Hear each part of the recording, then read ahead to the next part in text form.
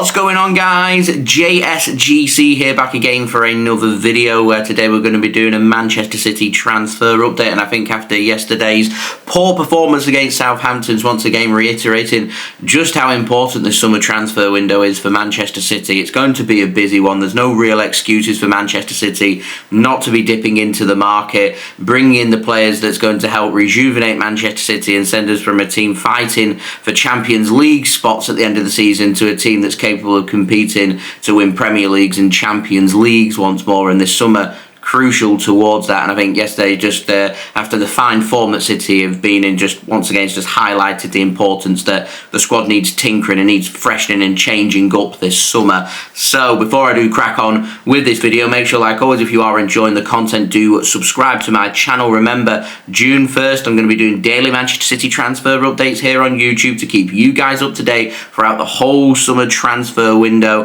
with all the latest Manchester City transfer news. So if you haven't already, do subscribe. It is free. Social media links are in the description if you want to go and follow me on my Twitter, Instagram and TikTok. Email also in the description too if you want to hit me up for any sponsorships for any videos or any general business inquiries. Don't forget to leave a thumbs up on the video. We're aiming for 400 likes. Any help towards that would be great. And also don't forget to get your thoughts in the comments below. So we've got no contract news. We're going to dive straight on in with the outs. We've got the latest on City youngster Callum Doyle, and Jack Grealish has said that Callum Doyle wants to leave Manchester City once more this summer, and after having loan spells at Sunderland, Coventry City, Leicester City and Norwich City, very experienced player in the Championship in the English Football League, he's wanting to leave Manchester City this summer, not on a loan deal. He thinks now's the time for him to spread his wings and showcase what he can do, and he's seeking a permanent transfer away from Manchester City. So we'll see who does decide to come in for him as to whether he'll get a promotion to a Premier League club, maybe a newly promoted team from the Championship into the Premier League, or whether it'll be a Championship team that picks him up that's capable of competing in the Championship. That Callum Doyle in the next season or two could be a Premier League player, but it's looking like Callum Doyle, I'd like to have seen him given his opportunity for City when we get to the Club World Cup, because we're not really having much of a pre-season for him to showcase what he can do. But it's looking like Callum Doyle wants to leave the club, and if that's the case, then I imagine City will want to probably include a buyback clause and a big sell-on fee as well. Not entirely sure what fee City would be looking for, but another top homegrown talent utilised from the academy down the loan market, leaving the club. Now moving on, we've got the latest on Scott Carson. Jack Gaughan's also given an update on him and said that Scott Carson's contract is up at the end of the season. Remember, he rolls on a 12-month rolling contract that gets renewed normally every June, and once more Scott Carson back in the headlines as we're now less than a month away from June, and that needs sorting out. And whilst he has been working on them year-by-year deals, he's still not decided. This is Scott Carson. He's not decided on what he wants to do this summer in terms of renewing his contract at Manchester City, which would be for another 12 months, or whether he wants to leave the club and seek an opportunity elsewhere. He may want to go and get his coaching badges and go into coaching. I know he's been quite influential around the City youngsters when it comes to particularly the young goalkeepers and their development. He's a good personality to have around the dressing room as well, so I'm sure City will want to get something lined up for Scott Carson, a homegrown player, third choice goalkeeper. He earns what, £35,000 a week as well. Doesn't feature around the first team, but does have a huge influence when it comes to the training and the preparation for games, both pre-match and post-match. So I can see another 12-month extension if I'm being honest, but if Scott Carson thinks now's the time for him to leave, could take up retirement, could go into coaching, could decide to join another team, we'll wait and see what that decision's going to be, but that decision will be made before June 30th of this year when his contract does expire. Now moving on, we've got the latest on Juma Bah, and Sports Witness have said that RC Lens over in France, where Juma Bah is currently out on loan, want to sign Juma Bah for another season on loan from Manchester City. They want him to have a full season at RC Lens rather than just having half a season. Now, he has done very well since joining RC Lens. However, RC Lens are concerned that there is other interest coming in for Juma Bah, so they've got a bit of a battle to convince Manchester City and Juma Bah that these next 12 months are right for Juma Bah's development and for him to spend time with RC Lens rather than with anybody else. And RC Lens, of course, have done a brilliant job with Kodia Husinov, who came to Manchester City. So I imagine Man City would be more than happy for Juma Bah to stay at RC Lens. But the question is, does Juma Bah want to spend another 12 months after spending the last, 5 or 6 months in France? Does he want to spend another 12 months there in doing his development? He's doing very well. I can think of much worse moves. They're giving him his opportunity. Relations between RC Lens and Manchester City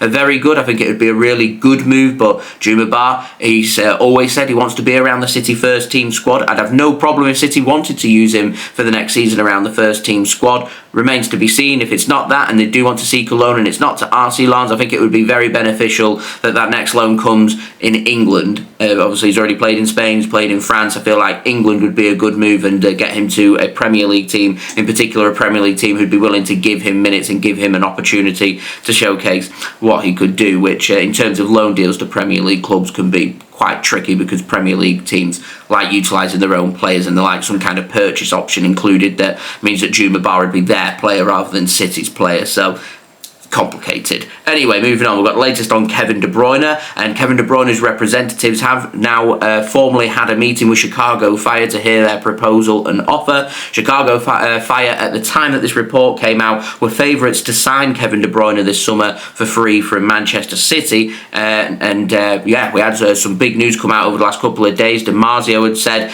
that Napoli's dream was Kevin de Bruyne. They wanted to do all they can to try and sign him. There's solid interest coming in from Napoli, and the Ipapersport have said that Napoli are now favourites to sign Kevin de Bruyne rather than Chicago Fire. Now, Saccio Tagliafieri has said that Kevin de Bruyne isn't keen on joining any other Premier League team, despite some interest coming in from Liverpool and from Aston Villa. Kevin de Bruyne has apparently spoken to Belgium teammates Romelu Lukaku and Dries Mertens about life in Italy and what life is like also in Naples as well. And Paul Hirst, reliable with Manchester City information, so it's nice to have a bit of reliability being put onto this story now, has said that Napoli have contacted Kevin de Bruyne's representatives to let Kevin de Bruyne know that they want to sign him this summer. Now, I imagine Paul Hirst will have got his information coming in from Kevin de Bruyne's representatives themselves, so I do believe that what is being reported here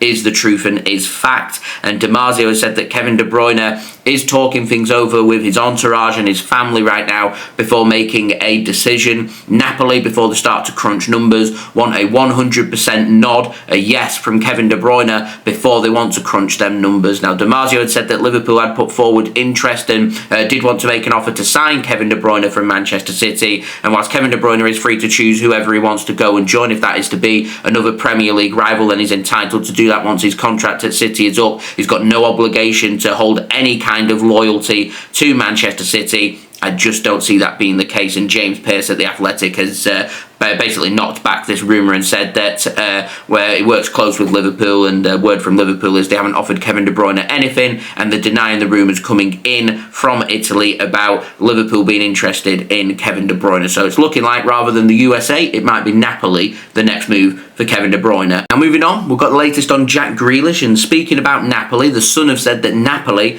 are also big fans of Jack Grealish, and should Jack Grealish make it known that he's interested in a move away from Manchester City, they would like to make a move for him this summer should it be financially possible. Now, Napoli are on the brink of potentially winning Serie A. They're going to get some money coming in. They not only want to be able to compete for Serie A titles, they're going to want to make a name for themselves on the European stage, and to do that, they've got to go out there and sign some impressive players. Just to have a look at Napoli and some of the players they're getting linked with, it's very impressive, the project that they're doing there, and they're identifying players that they think helps take them to the next level. And Jack Grealish, I think that'd be a really interesting move, if nothing else, for him to go to Napoli. Kevin de Bruyne, again, a really interesting move, if nothing else, for Napoli. Napoli wanted to make some moves, Manchester City wanting some players to leave, so that could be an outlet. Man City don't have the best relationship with Napoli, in particular with their sporting director and their owner. So will Man City want to make that move? That remains to be seen. Would they be keen on dealing with Napoli and selling a player to them when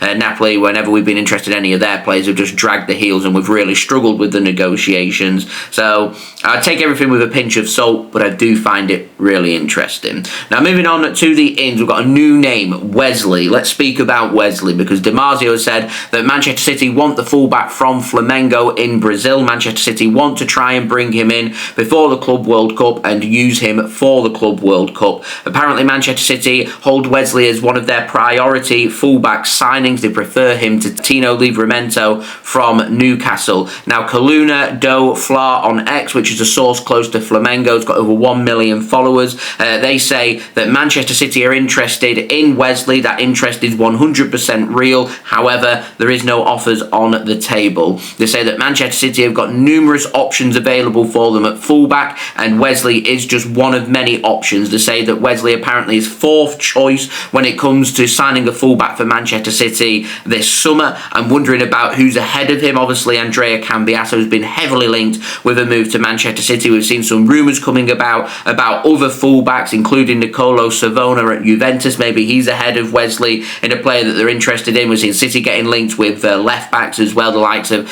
Anthony Robinson, Rayan Aït-Nouri, Kirkes over at AFC Bournemouth have all been linked as well. Maybe they're ahead of Wesley, but Wesley kind of fits the profile of the kind of player that Hugo Viana would be looking for, the sporting director at Manchester City, who's going to be working alongside Chicky this summer, because Wesley is a 21-year-old fullback, bags of potential, playing in South America at Flamengo, plays as a right back. I do believe that he does not cover at left back, so he's not a versatile fullback. We're looking here at a player who would be predominantly used as a right back alone, so I presume we're looking at a Kyle Walker replacement. Now he's under contract until December 31st of 2028, which is how the contracts work in South America, as their seasons run from January 1st through to December 31st. So he's got 3.5 years left on his current contract.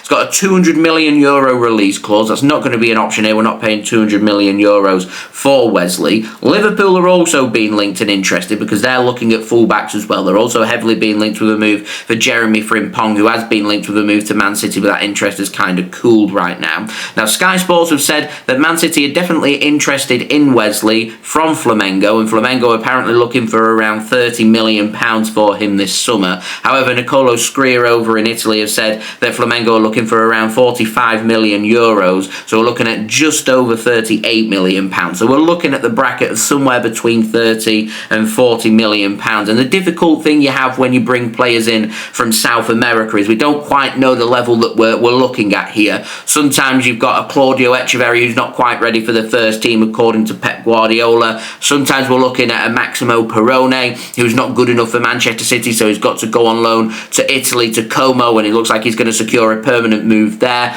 You sometimes bring players in like Julian Alvarez and they just fit really well and they fire on all cylinders. So I do think to myself, if you're spending £30-40 million on a player, a young player, you're going to be using them around the first team squad. But we said the same about Vita Hayes, and he's not really been given his first team opportunity, and I suspect that Man City may want to just try and utilise him around the academy and first team squad for the next 12 months to allow him to adapt. But he looks like a really tidy, really good prospect, and I think that's the same with Wesley here. And I think the frustration from some fans' point of view is we're looking at a brilliant, one of the best right backs the Premier League's ever seen. I think the best right back that Man City have ever had, and I love Pablo Zabaleta, but we're looking at trying to fill the boots here of Kyle Walker, and you want somebody to come in who's going to really make that position their own, and Wesley's still a few years away from that, and we're spending a lot of money here on a player who's not got that experience, and it's not a guarantee that they will be a success. So I get the frustrations, but I think it's the kind of profile that City would be looking at, because if you do get these players in and they end up being a tremendous success, it can save you a whopping amount of money. How many players have we seen who end up going to other Premier League teams who just fit and suit really well, and all of a sudden inside the next 12 to 24 months they go from being a 20-30 million pound player into a 60, 70, 80, even 100 million pound player. So we'll see if City do end up making a move. Now moving on to the penultimate transfer, I want to speak about Florian Wirtz, and it's looking like this now pretty much dead in the water for for Manchester City, and David Ornstein has said that his understanding is Florian Wirtz is a City top midfield target for the summer. He says that this has been the case for a little while, but that doesn't mean that Man City are going to be successful in signing him. He says he's spoken to many people in Germany who are all saying the same thing, which is Bayern Munich really confident of signing him. Florian Wirtz, remember, a 22-year-old attacking midfielder from Bayer Leverkusen, German international, would be seen as the like-for-like Kevin de Bruyne replacement. Bayer Leverkusen are looking at somewhere between 90 and 130 million pounds for him this summer. Player asking for a big wage of between 300 and 400,000 pounds a week, and we had the big news come out a couple of days ago from Christian Falk, who said that Bayern Munich and Florian Wirtz now got that verbal agreement in place. Bayern are willing to offer Bayer Leverkusen around 100 million euros, which I will tell you right now, I don't think Bayer Leverkusen will accept that, because we're looking at around 85 million pounds.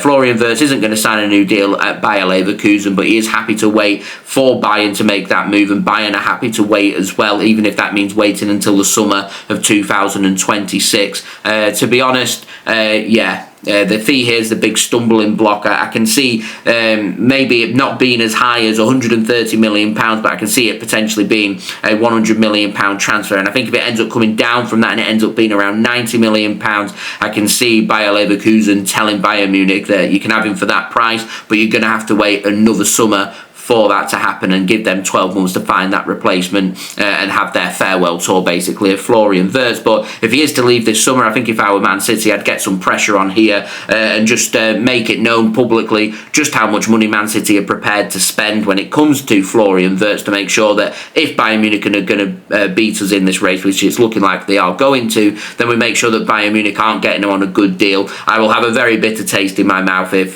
Florian Wirtz ends up at Bayern Munich this summer for 85 million pounds, when Man City are left clutching at straws and signing option B, option C, which can be very frustrating, because Florian Wirtz is exactly the kind of profile that City have got to be competing for, and I think we could do a little bit more here to potentially make a transfer happen. I don't think that it will, but if we're going to be at that point, then you do all you can to try and your last ditch attempt to make a signing happen. Let it be known how much you're going to spend, and if that means it still doesn't happen, it doesn't happen. You can say we did everything we could and it's ended up costing Bayern Munich a little bit more. Kind of similar to what happened with Declan Rice. I think Arsenal would have probably picked him up for less than 100 million pounds, because City came in and let it be known that they were willing to spend 90 to 95 million pounds to bring Declan Rice in. Arsenal had to pay a little bit more to make that transfer happen, because ultimately that's where the player wants to be, and it's just something that we have to deal with. So sometimes you just got to put your feelers out there and find players who are interested in a move to Manchester City, and that moves us very nicely onto the final transfer, and that's an update on Rodrygo, the 24-year-old Brazilian attacker at Real Madrid. Versatile. He has publicly, in previous seasons, admitted his admiration of Manchester City, when Manchester City knocked Real Madrid out the Champions League on the way to winning the trophy in 2023. Rodrygo said lots of very nice things about Manchester City, including he enjoyed the atmosphere. It was a hostile atmosphere that made life very difficult for Real Madrid. He described Man City as one of the best clubs in the world, and he's just been full of praise for Manchester City. And I do firmly believe that if City did want to make a move for Rodrygo, I think he'd certainly be very interested in making that move, because I believe that Rodrygo in previous seasons has been flirting with a move to Manchester City. Anyway, Marca in Spain have said that Real Madrid want him to leave this summer. They say that if Manchester City can come in with the same terms that they were willing to offer Real Madrid last summer, and the same terms that they were willing to offer Rodrygo to make a transfer happen last summer, then they believe that Real Madrid would accept that, and Rodrygo would be leaving to join Manchester City. It's believed that Real Madrid are looking for around 100 million euros for Rodrygo, which is 85 million pounds. He's got interest coming in from other Premier League teams as well, including Arsenal and Liverpool. Manchester City will still be looking at attackers this summer. I can see Bernardo Silva leaving as he enters into the last 12 months of his contract. It's been heavily linked with a move to Benfica, and if that is the case, then I can see why we're getting linked with Morgan Gibbs-White, because he would be that option for Manchester City in midfield, and I think we'd then need to go out and bring a high quality attacker in to replace Bernardo Silva, because over the years he's been that important for Manchester City because of his versatility. He can play behind the striker, he can play up top, he can play in the 9 position, he can drop deeper, he can sit right in front of defence, he can play on the left, he can play on right wing as well. So we're looking here at trying to find a complete package versatile player. I don't think we're going to make that happen, certainly not to the quality of Bernardo Silva. So instead, what you're looking for is a bigger squad with bringing players in who can do a different role. And Morgan Gibbs-White would be that midfield replacement for me for Bernardo Silva, and Rodrygo could be that replacement in attack for Manchester City in place of Bernardo Silva. And to me, Rodrygo is exactly the kind of player that we need. A proven winner, experience winning Champions Leagues and La Ligas. He's of a good age, 24 years old. He's quick, he's agile, he's direct, knows how to score, knows how to assist. A brilliant player when given space as well. And it's mouth-watering thinking of the likes of Rodrygo, Doku, Marmoush, Haaland all starting on the pitch together. Mesmerising. He's the kind of player that we were speaking about before, about Man City wanting to get back to winning Premier Leagues and Champions Leagues. You need these experienced players. When these experienced players like the De Bruynes and your Bernardos leave, you need the next generation of players to come in. Sometimes you just need ready-made products who are ready just to go out there and do the job. Omar Marmoush was one of them players who could help Man City and take us to that next level. Rodrygo, I think he's another player that can help take Man City to that next level. And rather than looking at how he's performed this season, because it's looked a bit disjointed at Real Madrid with Rodrygo, Jude Bellingham, Kylian Mbappe, Vinicius Jr. as well. I think there's too much in attack. Whereas I look at Rodrygo when it was Bellingham playing through the middle, Rodrygo got given the freedom on the right and Vinicius Jr. went on the left. Rodrygo really prospered with Real Madrid. And Man City, in terms of our right wing, not being the strongest. Savinho not really hit the heights as of yet, still a young player, still developing, may take a little bit of time. So Man City, if they want to get up to the next level, got to be looking at high profile signings. And if there's a player that wants to join us that's available for a price we can afford, like Rodrygo is, I think it's a no-brainer. I'd make it happen. I like Rodrygo. I think he'd be a good player. I think he would help take Man City from being a team that's competing for a Champions League spot to competing for Premier Leagues. He's the kind of player that we've got to be looking at this summer. Got to mix it in with a bit of youth, a bit of talent, a bit of upcoming prospects and stuff, but you also need these experienced players. And if we're not going to get like-for-like quality players like Florian Wirtz coming in, then you settle with other positions and bringing in high-quality players. Bringing Rodrygo in for me, no-brainer. So there we go. They have been my thoughts in today's transfer update. Do let me know your thoughts in the comments below. Bit of a long-winded one because we're getting lots of information, but with the season still going on, it makes it very difficult to be able to distribute and put content out there. To be honest, I'm getting enough content filtering through that I could run the series daily from now, but with Man City playing as well, it just overloads my schedule. It's exhausting, so I'm waiting. June 1st, it will be daily, but yeah, information coming in thick and fast. Things always ever changing. I'll keep you up to date here on YouTube with all the latest City transfer news. So if you haven't already, do subscribe. Social media links, they're in the description if you want to go and follow me on my Twitter, Instagram and TikTok. Email also in the description, so if you want to hit me up for any sponsorships for any videos or any general business inquiries. Don't forget to leave a thumbs up on the video. We're aiming for 400 likes. And I'll see you all again real soon for the next one. So I've been JSGC. Thank you everyone for watching. Hope everyone is safe and well. Peace. Ciao for now.